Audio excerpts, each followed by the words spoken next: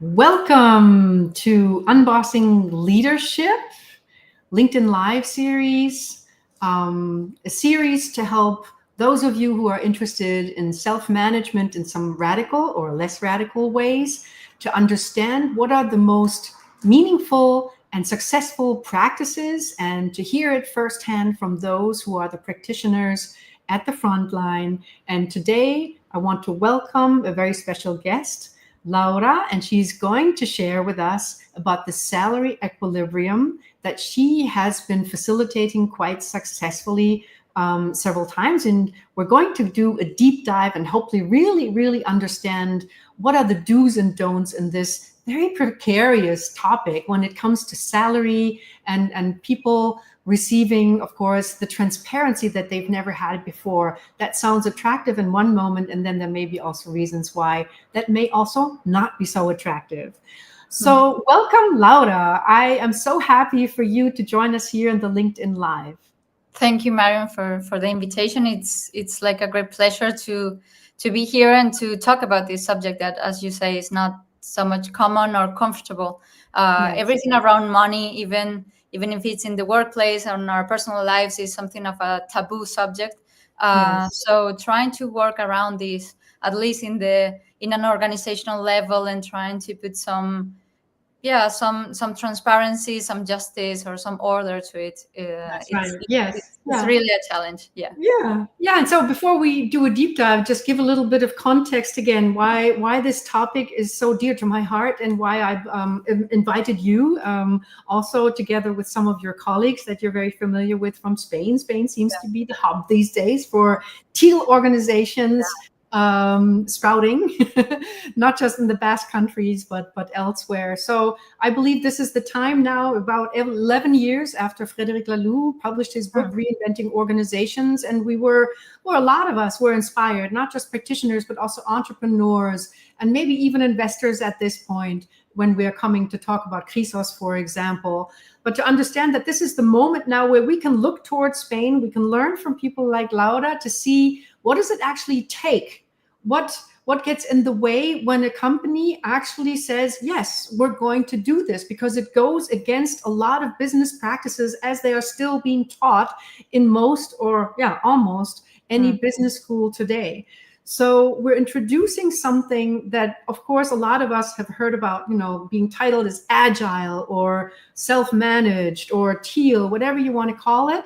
I believe it's about liberating organizations and unleashing the human potential of people that we call employees. So they come to become skillful and mature enough to lead themselves, and maybe even, as in Chrysos' case, for example, to own the company and to govern themselves and to own the company that they work in. So that seems to be a bigger vision that at least guides me, because I think the time is now. And there are really amazing practitioners, including Laura, who are actually doing it and have been doing it for quite a while. And in some countries, like in Germany, I believe we talk about it and we have a lot of great practices, but we don't have maybe quite the success stories, not to my knowledge at least. And I want to bring that transparency from the people who are doing it to the audience. And to the audience that is here with us, please post any of your questions, especially towards the end. If you want Laura to go into something more in specific, I cannot promise that we will answer them right away. But towards the end, if there are questions, we will definitely take the time to get you the knowledge and the information that you need. All right, going to you, Laura. I was wondering if you just can share with us a little bit about your journey, your biography. How did you become who you are today, so that you are not only skillful at what you do, but that you have this vision to contribute to something that is so impactful? What's your life journey? So my life journey, I think, regarding this subject begins when I decided, after a lot of questioning myself, to be a psychologist. When I decided what to do in a professional way, and obviously that shaped my way of seeing life, trying to understand why we humans act as we do, relate as we do, and make sometimes things a bit more difficult than they should be in life. So at the beginning, since I had like these questions and I was very interested on this whole emotional and unconscious part of our being, I focused myself on the journey of psychotherapy and psychoanalysis, and I studied all that. That's when I came to Spain and did my master's in psychoanalytic psychotherapy. But then life has its ways to showing you paths that maybe you haven't thought about. And in my motivation to stay in here in Spain, I'm from Venezuela, and I was like very young when I came. I just needed a job. I was okay, so I need to be able to sustain myself economically. I don't matter too much on what or doing what, but trying to have a stability and then pursue what I thought was my dream to become a therapist, a psychotherapist. So I started by mouth to mouth with a colleague that she shared that a friend of hers in the company she was working on wanted a person to help with recruiting, and they wanted to be a psychologist. I think they were thinking about a set of skills to evaluate people in this kind of environment. So I did, okay, so I'm not on human resources or on organizational psychology, but I think doing interviews is something that I can do. So I went, did the process, and got the job with zero experience on the matter. And that was at Find a Sense, a marketing consultancy company. And this was a job that was going to be, well, a year or two, maybe, just till I get my feet on the ground and make some stability on the other path. But it became the work experience of my life so far, I should say, because I ended up working there for 11 years, almost 11 years. Wow. I grew up a lot as a professional, starting from a recruiter and having to do very, maybe repetitive tasks and just searching for people. Obviously, the interview part, it had its complexity and finding the right people for the right roles. But I was able to grow and to expand my competencies, being from going to a generalist, typical HR partner, business partner role. And then it was a hierarchical organization. But the founders, Tommy and Rafa, were very curious about trying to do things differently. They were a startup at the moment I joined, and they were expanding. They were growing not only in Spain, but in Latin America. So it was going to be a very fast and very growth and very dispersed, because just at the beginning, 3 countries, then at the next year, other 3 countries. So they were worried about how do we maintain the culture that we have here. We are 20 and we understand each other. We speak the same language, I mean, culturally speaking, and we kind of do things our own way. How now with this inclusion of different cultures, different people, going from 20 to 100 or 150 in a matter of a year or so. So how do we do this? And they started investigating. At the time, they got first with Holacracy. So at the beginning, it was just a research exercise. And this was around 2015. When I joined, it was 2013. So 2 years had passed, and now the company was bigger, and we had this challenge.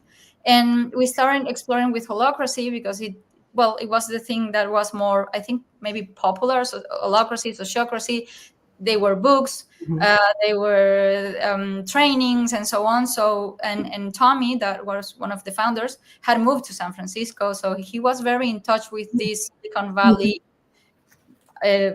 movement, I don't know, or culture. So we were also more or less copying and adapting, inspiring ourselves from practices that this type of companies did, and try to, so this company does this, and how can we implement something like that in Find a Sense? So at the beginning was just trying to imitate best practices and adapt it to our culture. But then we got a little bit more serious, and we contacted to people to train us on Holacracy, and we selected a group of like a task force and a group of volunteers inside of the company who wanted to be part of this transformation and of this change. And so we did a bootcamp, but then actually we did it more or less like do it yourself. So we had these consultants. They gave us a bit of orientation, like 2 hours a week or something like that. When we needed, we could talk to them and have some meetings. But on a daily basis, we were doing it by ourselves. So obviously that was very challenging. But we got, like for the first year, we did a lot of things, and we transformed the structure of the organizations from pyramid to the circles, and trying to surface different natural leaderships and so on.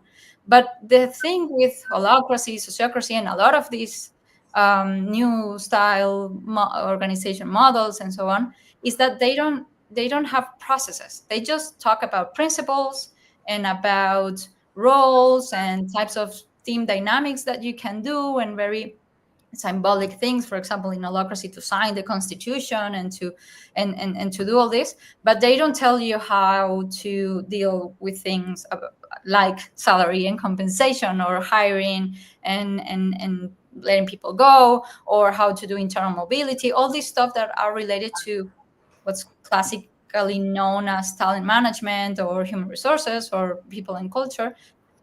They also don't enter on things like business and how to make decisions on that regard. So there's just like an operating system, how they are defined, but you need to figure out how to do and transform the way you do things on a daily basis. So obviously we got stuck on that.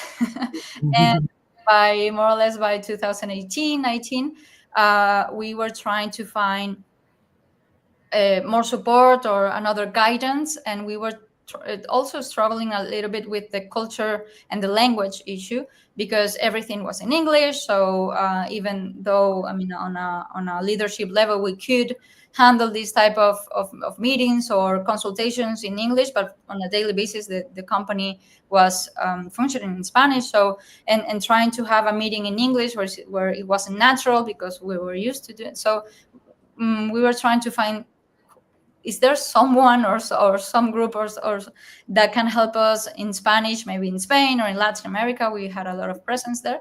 And we got to K2K with Koldo Tzarachaga at the time, and well, there were different meetings, going to the vast country, knowing the companies that had trajectory on going through this type of transformation with 𝗫, the new relationship style, more or less of a translation there. And we went, okay, so this makes a lot of sense. And specifically because it's not a book or something that is like far away, they have done it and we can see it, and they are here. So we started there. And that's where I came to know Llàvis Salcedo, who was the main person who came to find the sense and help us in this process. And in 𝗫 style, you have like 5 pillars on doing the transformation, the organizational structure, everything that has to go with finances and the P&L, and how you deal with that type of things, and what kind of decisions do you make. They have a lot of things, obviously, around values and the principles of 𝗀 or 𝗫. They have a lot of similarities. And one of them is salary, equilibrium, and compensation. So that was the first time that I came across with this concept and how to do it. Obviously, at the beginning, neither I or at Find a Sense, nobody knew about this. To do this in this with these principles, actually we had a little bit of a mess, because as any company growing very fast and in different places, we had a lot of variations on salaries. Not such a clearer criteria set to decide, okay, how much do we pay which role and why. And so it was the good thing is that we started this only in Spain, so we were focusing on around 60 people. Okay, so it was a matter of trying to find a solution for that, and then to export that in a way to the teams in Latin America. The company at the time had more or less 400 people. Yeah, so, and if I may just kind of interject a little bit. So I'm understanding, the 𝗫 values and principles, very close to 𝗀 principles as well.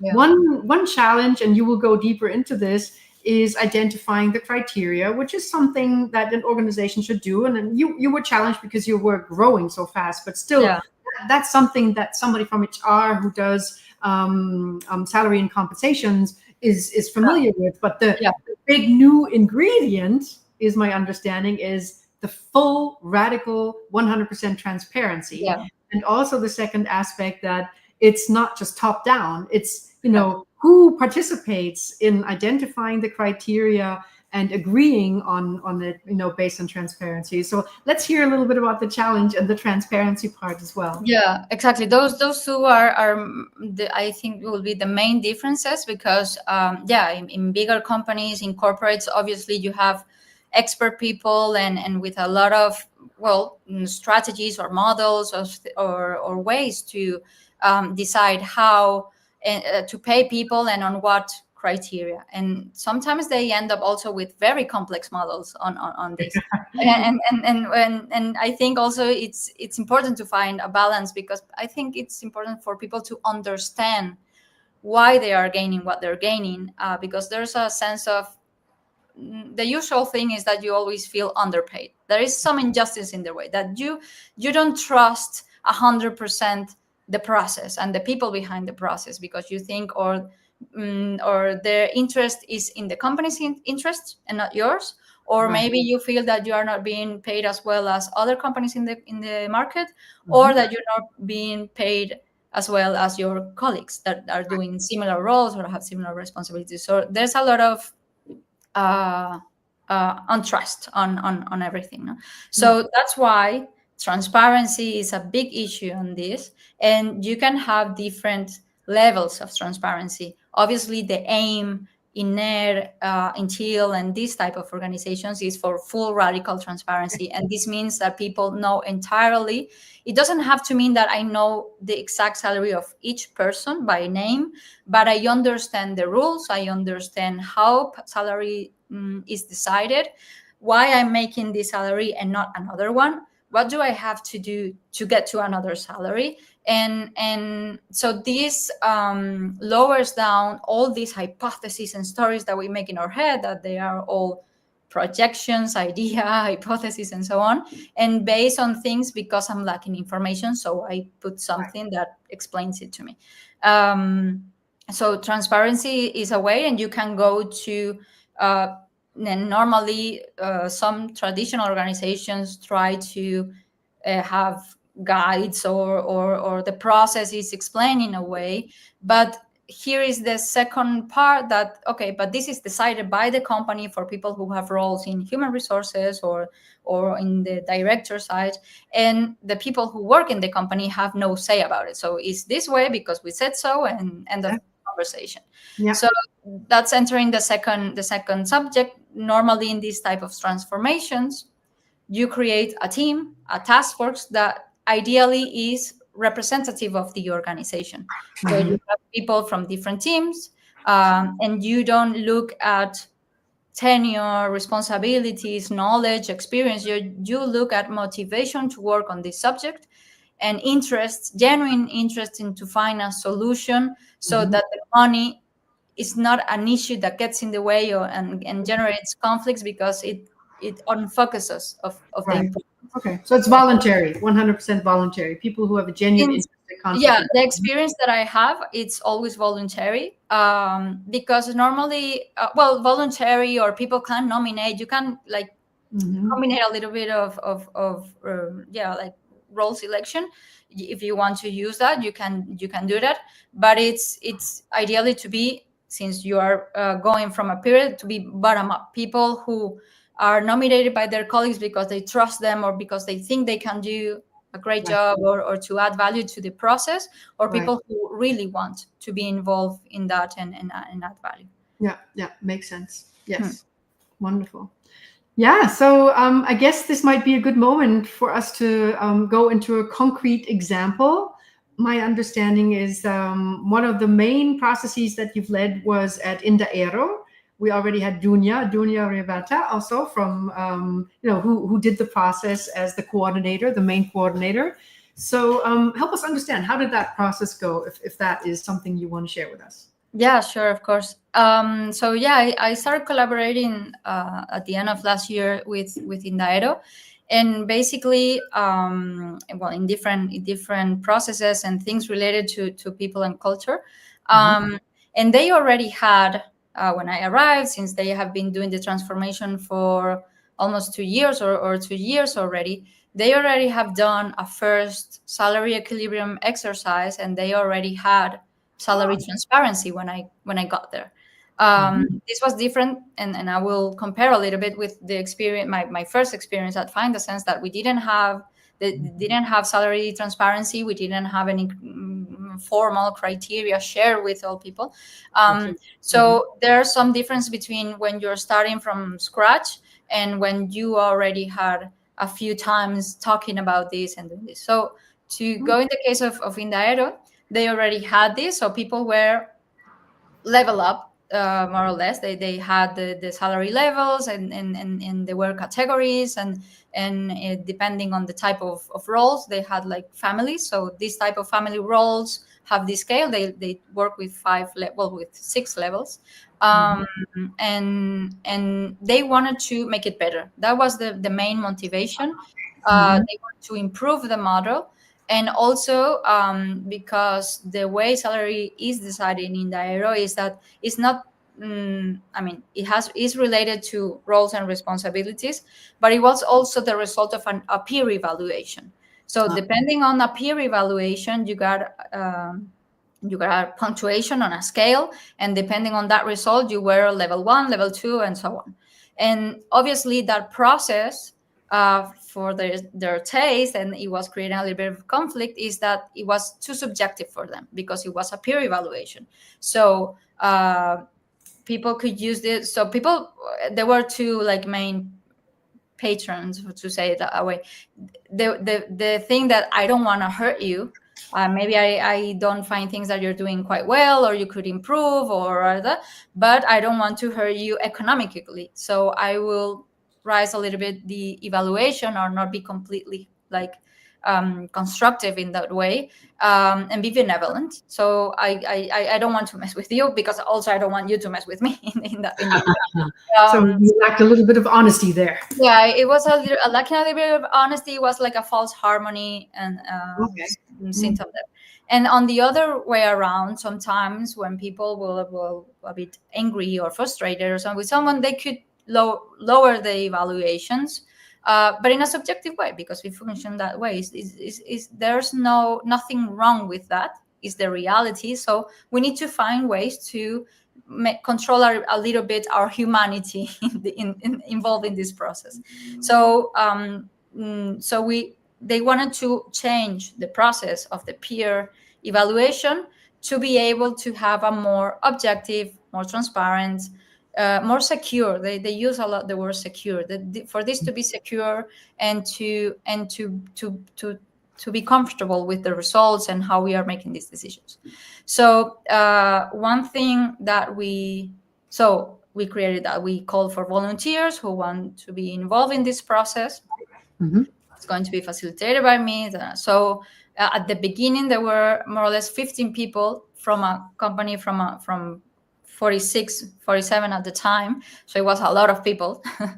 And that was a good sign, because this is a big issue, it's an important issue, and we want to be. Obviously, take in mind, this is a company that for the past 2 years have been doing a lot of transformation, and they were very into NER style way of doing things. So also, I think that is a factor that affected. But at the beginning, we had to decide, okay, so 15 is a lot of people, it's a big group. This is going to take time, effort, it's going to be tricky, surely. So the first meetings were about deciding calendar, how many meetings, more or less, at what time we want to try to end this process. And if we had a functional team that was of 6, 7 people, and there were 3 people in the volunteering for the salary equilibrium, to have a reflection on, okay, so maybe this is not going to be functional to be having this load of interaction and work, and also be able to respond to the daily basis activity. So at the end, we ended up with a team of 8, 9. So it was I mean, this is okay. I think for us, the important thing was that the team felt represented, and they trusted that the people there were going to work for the organization, not for them or for the team. So we had a few conversations in the interest of everyone. And I think that's something that I would like to highlight, because we use it and you just use it, but it's foundational to the 𝗨 approach, and that all of this is based on is that we are building it on trust. Yeah. So that trust needs to be there. And at the same time, going through such a really precarious process, let's say, also builds trust. So it's there, and we build or we deepen it. So that's foundational altogether. Trusting each other. How do we learn to trust each other? Yeah. Fantastic. Yeah. So once we got the team like settled, we started working. And again, since we weren't starting from scratch from 𝗨, but also from the community. I mean, there were other companies that had already done this, and there are different informations and models that other companies already applied. 𝗨 companies or companies that were doing some transformation in this sense. So that was like also my main, at the beginning, my main message. So we don't need to reinvent the wheel. Let's try to, of what we have, what we like, what we value, what we want to maintain. So it was a little bit of a retrospective exercise on that. What we don't like, what we want to change, and what we feel it's lacking. Yeah. So what do we want to gain that we don't have right now with the new model? So we did that, and then we also open to inspiration and ideas, and to see and to read about other companies' models. This is an advantage of the 𝗨 group organization and different companies, because you have 15, 16 companies that have this type of models. So the sense of, well, synergies, community, and shared knowledge is very important. So if I could give a message, is to share this and be open about it, because other companies can learn about your experience, even if you're 𝗨 or not. But if you're aiming to do this, to be like very generous in this sense. So we got there to be able to compare with, I think they were like 6 other models, 5 or 6.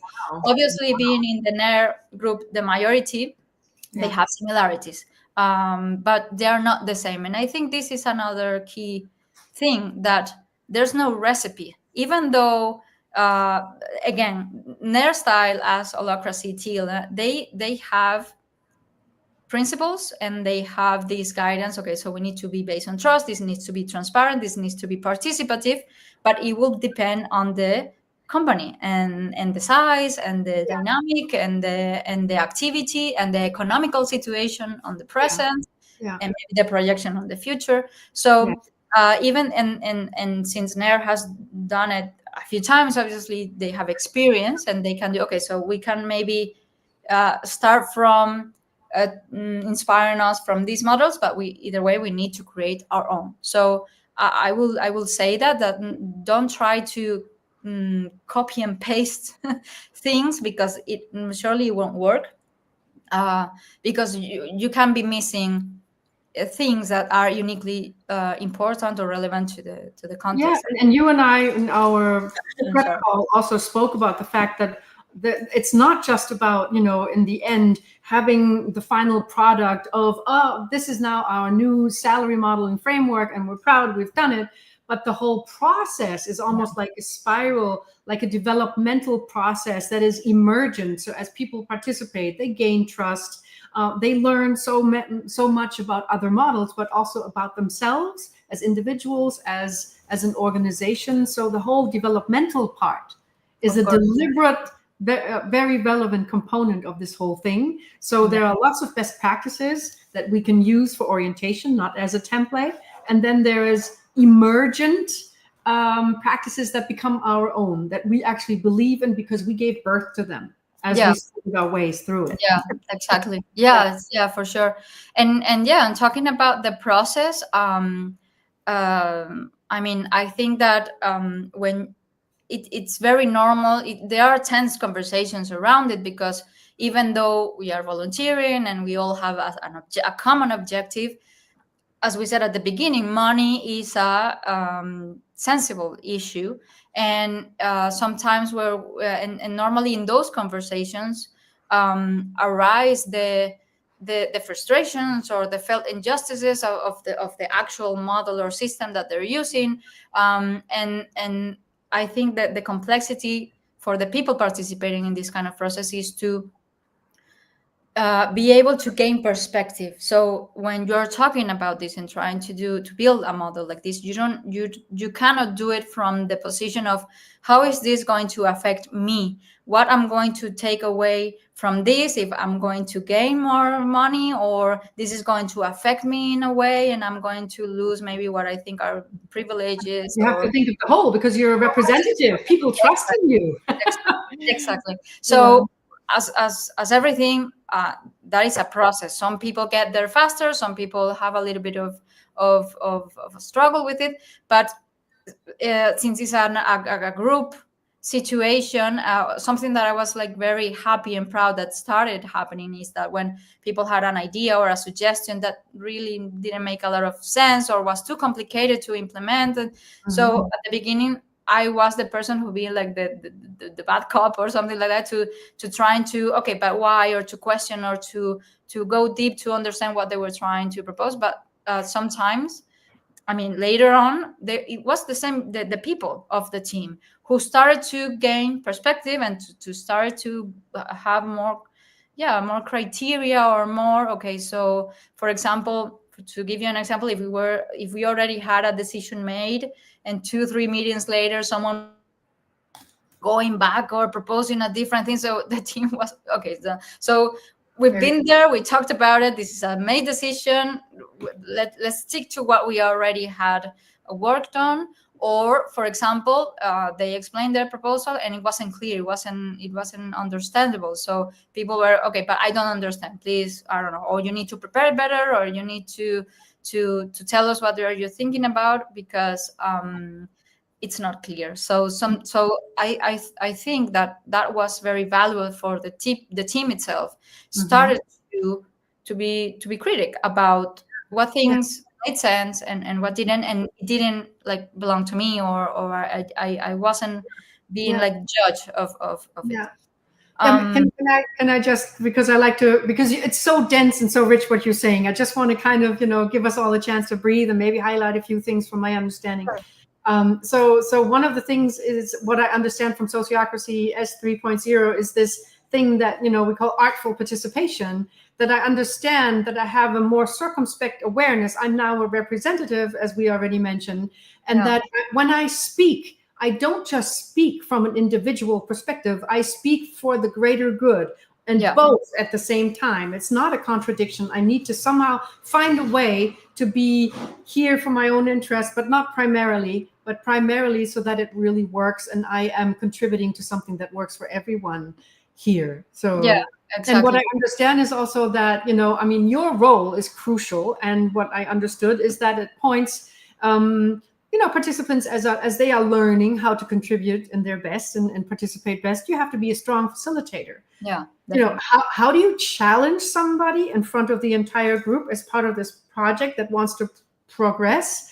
If somebody says and challenges a decision that was already made, that can really frustrate the entire group. That can slow you down. It can disconnect. It can even, jeopardize the project in a way if that happens. So as a facilitator, you have to be strong. You have to know what you're doing, not just about the salary model, etc., but as a facilitator that knows the human, let's say, tracks, and to speak and challenge somebody in such a way so that they understand, instead of feeling irritated and triggered and escalated, it's something where they can grow and understand how they are maybe not as skillful in how they're contributing yet. And I'm guessing also when you said they bring a proposal, that's another skill they need to learn as they represent, right? How do I understand what is actually what you could call the driver, I suppose? What is the thing that's not working?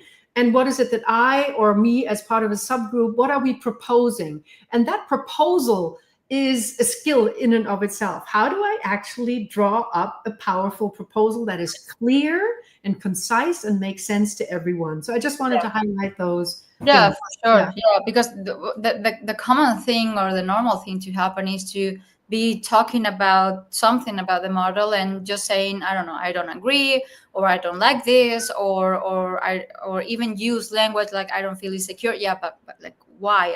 Argument or justify what you're feeling, and it's valid. So I think for the facilitator side, it's important to give the chance to express, to put it on the table, and normally what will happen is that the team will be able to identify if this something makes sense. If you see that other people or other two or more resonate with what this person is saying, maybe it is important to, okay, so let's stop here, right, and talk about this. And that happens. Sometimes we had an agenda for the meeting, and something arise, and then the agenda went off out the window. and because, well, we needed to talk about that, and that meeting possibly, or for me, sometimes where felt like, yeah, a little bit frustrating because I felt like stuck or I wasn't helping the team. But then when that happened, the next meeting the next two meetings were like, like much easier, because you got rid of that noise or that tension that was there. So sometimes it's to be, you said the word, to be aware of the things that emerge, and that you cannot control everything, and that it's not a project, because something I think it's important to say as well. Normally in companies, since we are always focusing on the result and the deadline and the delivery and when this is going to be done, these type of processes, I would say it's better to go slow but secure, and to be able that at the end of the process, or at the end of the way, you are with something that it's going to last. Because if you want to run and if you want to go fast, maybe you have it in 1-2 months. But then if you try to push it, then maybe you will miss things that you didn't anticipate it, or things, and then it goes in your face. Another thing that I think it's important to remark in the case of Indaero and on the 𝗫 style transformation processes is that, okay, so you have this group, you work the time that you need, but when this group feels that they have like a result, something that they can deliver, and a new model or a new way, it's not done yet. You need to get the approval of the rest of the organization. That's right. So depending on the organization structure, that is not the same on everyone. You can go to, for example, an assembly, and you can talk about explain the model or how it works, and get people voting. And normally this type of processes and these type of things that affect everyone need to have like a very high level of acceptance. So at least 80% of the people need to go and say yes. But you don't do it in an assembly way, but you go and have meetings with the different teams, and you explain the model and get feedback. So what do you think? Maybe it could be risky, or there's something that is not understandable. So you go back and you incorporate or integrate those maybe objections. Right. Yeah, make the proposal smarter.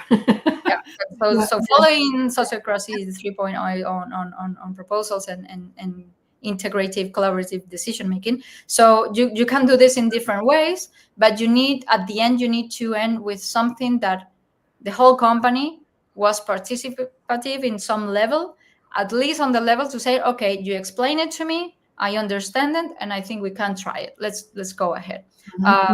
Even though and obviously before doing anything, before touching anything or implementing anything, you need to get that sense of, okay, let's try this. We think it's good enough.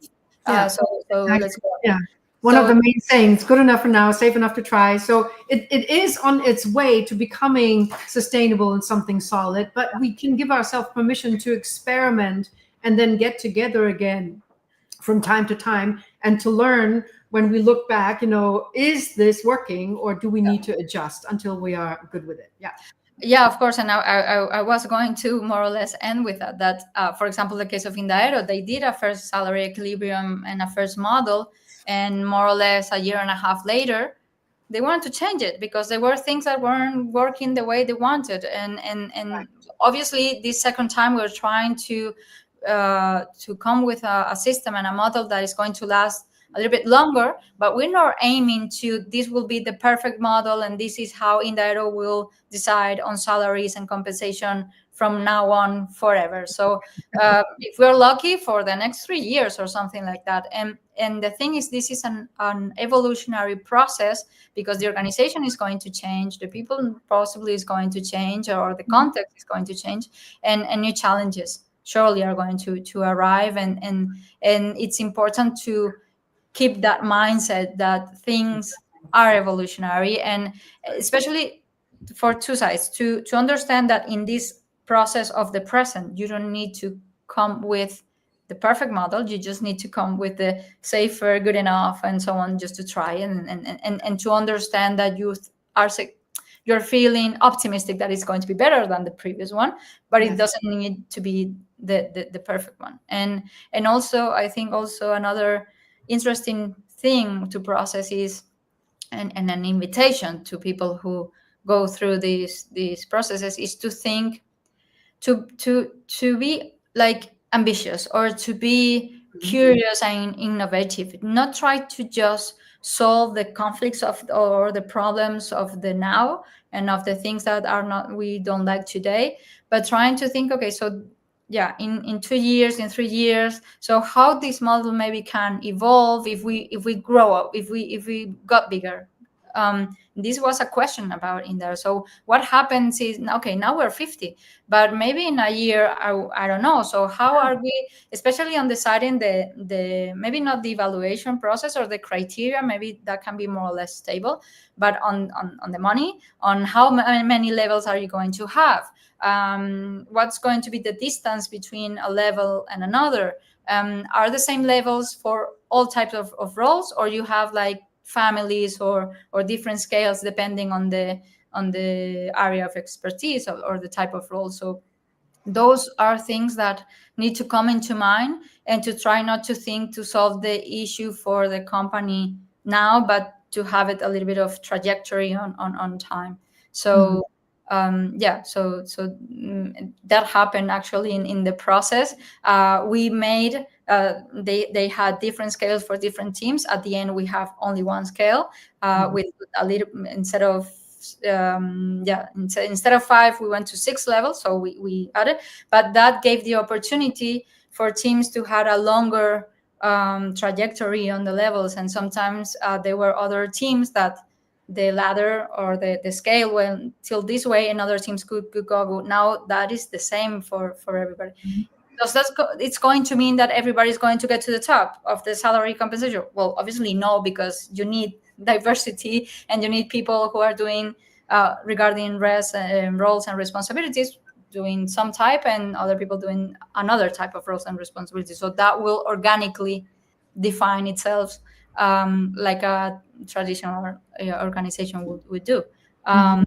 So I think that's interesting as well. Yeah. Okay. And so in the case of 𝗏𝗏, my understanding is that you came to a place, then about a year later or so, the employee said, yeah, no, we need to readjust, something's not quite working yet. And then you keep coming back in, they pull you in and you consult from time to time. Is that an ongoing process even now? Okay, so at the time, I started with another like missions or tags with culture and people, but then this issue about salary equilibrium arise. So we set a time calendar. So at the beginning was going to be 3 months. I was 6 months, and I already left supporting the team, because we arrived to a time where the model was set. The tools to evaluate people for feedback, and we did a matrix of competencies, hard skills, and so on, depending on the team that you were and the level that you should be.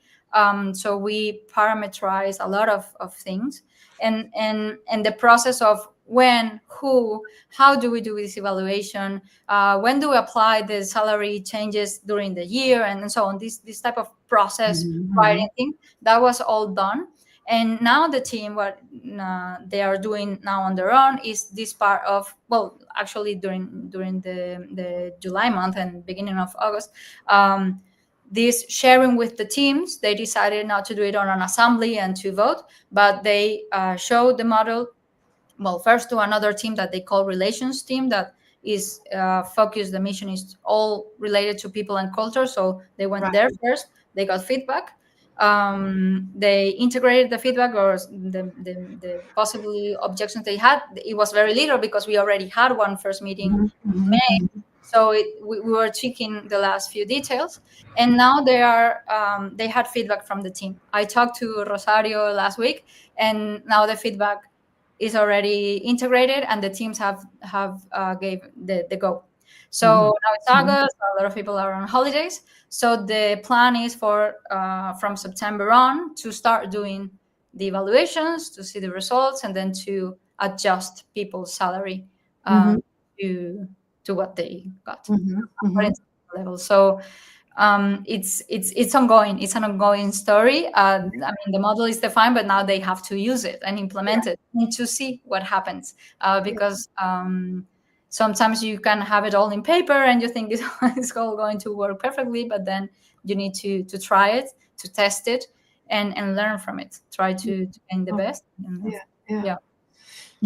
So I'm looking at the time. So just want to remind our audience, if there are any questions, please write them so we can address them. But we have plenty to go to. One is, you had the privilege, let's say, having your connections with the 𝗫 group and the companies that work there that could give you some best practices so that you could share that, learn from it, synthesizes, etc., like that. How is that available maybe to people who don't have connections with the 𝗫 group? Is there anything that you can point us and the audience to? Where can we find these models so that we can introduce them to this group of representatives that is ready to work on this? Is there any resource you can share with us? I don't think there's any written resource about this. This is something that maybe around a lot of things related to teal and self-management or transformation processes, is that there's not a lot of bibliography around it. But I will invite people, obviously, contact me, or even on the 𝗫 community, Dunia, Xavi, the team of Chrysos. I mean, this community, I will think, is characterized because of being really generous and really open to sharing this, because what we want is to make impact and to be able to expand the wave of transformation. So if people are curious or want just to have a conversation to understand it a little bit better, or want help in doing it, just like reach out. That will be my main recommendation. Because hopefully we will get there, and we will start doing. Also, we plan on start doing again some training, some seminaries that we call, to not only explain about salary equilibrium, but also to explain the whole process of a 𝗫 transformation and a teal transformation. And we will start sharing this on a more formal way again, because some years ago, K2K I did one of their seminaries, and they were very, very good. And now we're trying to continue that legacy, maybe, and with the 𝗫 group, and we're going to start ideally next year. So stay tuned to that. Yes. But on a more like informal way, I think, like reach out and to anyone who you see is doing this, and obviously I will be very open to talking to anyone. Thank you so much. That's very helpful to know. And going back to something that you and I actually spoke about, I think even before we got on live, was that there are two ways to start, and one is easier than the other. So we can either start with criteria, and that's something that is nice and objective, right, in this process, where representatives will actually collect and identify based on the best practices, etc. And we can also start with transparency, or we do both at the same time. Can you help us understand from concrete examples, how does that play out? What's your recommendation? Yeah, so normally the case is that there's no salary transparency, and maybe there could be more or less criteria around it. But normally the situation is that when people are going to join a company, or when people are going to ask for a salary raise, they talk to their boss and they say, I want a salary raise, and it's a individualistic conversation depending on my abilities, my negotiation skills, or how insistent I am, or how my boss perceives me. It's all a very subjective process, and it lacks structure. So I think one thing is to be able to formalize as a process, and okay, so when, how, with who makes these decisions, trying to eliminate the fact that only one person makes the salary decision, to be able to make it, okay, so okay, if you have a traditional structure, well, the leader, human resources, and maybe introduce, this is more commonly right now, like 360 evaluations, or something that at least distributes a little bit the decision-making process in different people, and not just a boss or a responsible person. Also, if you could try to give objectivity to what are you paying for? Is because of some skills?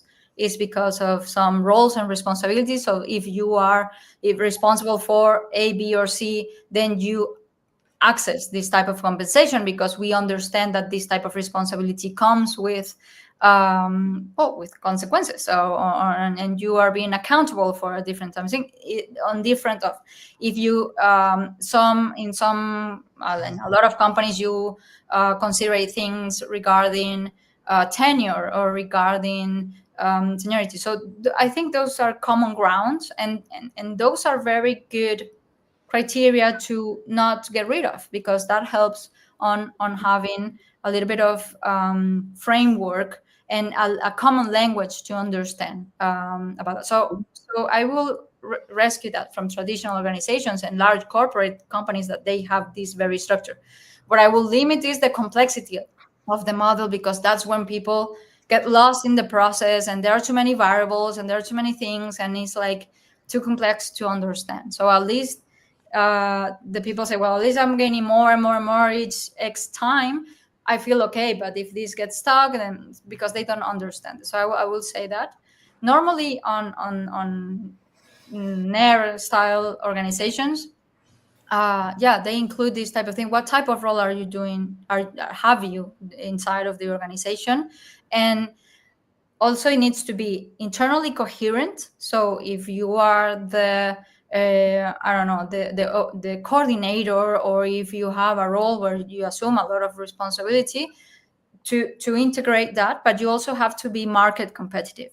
So it's important you don't lose sight of what's happening there, because okay, you can have so many levels, but if you are working in an industry or in a very competitive area, you need to also take a knowledge of that, because you can have the risk of staying behind the market, and then you will have another issue that will be attracting or fidelizing people to the organization. So it needs to be internally coherent. It needs to be market connected and competitive. And that's the part of transparency. So you can, there are organizations that, normally they are not transparent at all. And you can do this gradually. You can obviously do it like, okay, so we don't know anything. We decide the process and the criteria, and we launch it. And now we are transparent. But if you are not in that process of transformation on a greater level, but you want to add some practices, by making transparent the process, making it participatory, and when I say participatory, I mean on the decision making, on why a person or how is decided that a person gets a pay raise, that will help the process. And you can be transparent, maybe not on salary levels, but a lot of companies also do it on bands, on ranges. Also, people more or less know what they're talking about. Yeah. Okay. Well, I'm not seeing any questions yet, so I'd like for us to maybe wrap it up by summarizing what you would say if you were to say you're invited to, and an organization says we want to give this thing a try, but tell us, what is it? How do you talk about this in a nutshell? So if we hadn't listened to you already, how can you share with us the overall process and what are the main principles and do's and don'ts? Yeah. So I think it needs to start with a phase of listening, of understanding.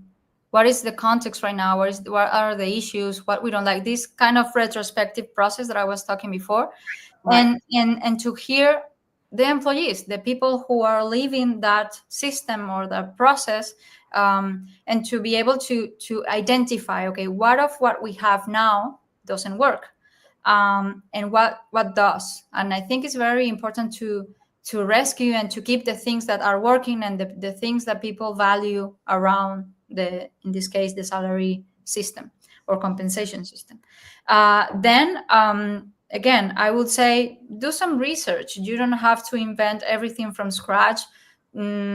Maybe talk to people in this type of transformation processes, organizations, or people like who are experts on doing it. So, or maybe you can also inspire from other companies that are similar to you because they're in the same industry, they have a more or less same size and so on, and you can share practices and experiences. So I will open up like a second step of inspiration, like research and aspiration and seeing what's there. For example, going back to 𝗨𝗯𝗆 without being a NER organization or a holocratic organization, that's what we did at the beginning. Who we admire, what we want to do that we think it's great, and we want to more or less imitate that. So we just research on that and ask or read about it. And then I would think that it's important to be participatory. So try to create a task force that is not only human resources based or leads or directors based. Try to have a representative group of people that are curious about adding value. And sometimes, for example, this happened to me at 𝗨𝗯𝗆, and I'm sure this happened at 𝗨𝗨 at the first time. When you include people that normally are not related to these subjects and have never done this before, but they want to be there, the process is a little bit different because you are guiding more of it. You are telling, okay, so this is what we have, but you are letting them in the decision or the design process. And that is a really big step because you're already open the space for another point of view to be able to say something, to be able to object, or to be able to arise maybe a risk that you are not seeing because you are on the corporate side of things. So so I would say to have a diverse group that can allow you to work this. And then what we said further on that, to have an open mind. I know this sounds like very vague, but it's the attitude to understand that you're trying to better what you have, but you don't need to get to the perfect model right away. It's better to go slow than to go fast and then to find surprises that you don't want. And also to read not only the present of the organization, but try to anticipate a little bit, not 10 years from now, but next year or the next 2 years. Are we going to grow? Is there, for example, in 𝗨𝗨, there was the thing that how do you say it? Like the convenio colectivo is like on the syndicates and the stuff, they mark the minimum wages, and that was changing. So we needed to anticipate, okay, so the salaries for this year can be these ones, but next year we know that there's going to be a 3% increase because of that. So we need to include that.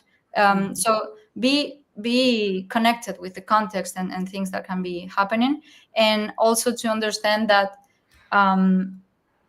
it's your own model. You can inspire yourself. You can share practices or try to integrate best practices from other organizations, but